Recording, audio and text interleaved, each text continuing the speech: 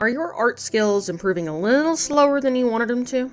I may be able to help you with that today. While I may primarily be a pixel artist, what I'm about to tell you can likely apply to many forms of art.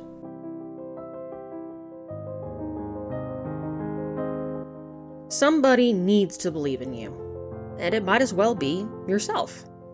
You may not realize it, but sometimes your lack of confidence is just a fear of failure. You might find that you stop yourself from working on a project because it's not really coming out the way you want it to. But I've went and put so much time in this, you'd say. Well, I say, why not just start over? Keep the old one, but redraw it again. Hang on to the old one though. Go ahead and draw it again. If you're still not satisfied, draw it again. Once you do come up with something you're happy with, compare it to the ones you didn't like. Now this might sound counterproductive at first, but I learned about a year ago, your failures and your mistakes are actually quite useful. The more often you mess up, the better your art will get. Mistakes make progress. Every time you draw that same thing, you're likely to learn something new. Now to be fair, if you've been working hours on a piece, you might not want to do this. So it might be best done on something small, or perhaps in a sketchbook. As an example, I have 4 barrels that I've worked on. Top left is the first one I did, and the bottom right is the one I was finally satisfied with.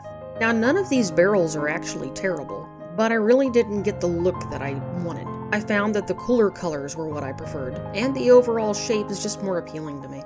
But I didn't throw away the first one for a good reason. Now I can refer to this in the future and imitate the one that I preferred. Now, if I just gave up when the first barrel didn't work out, I wouldn't be at this point. You have to believe in yourself and do things over and over again.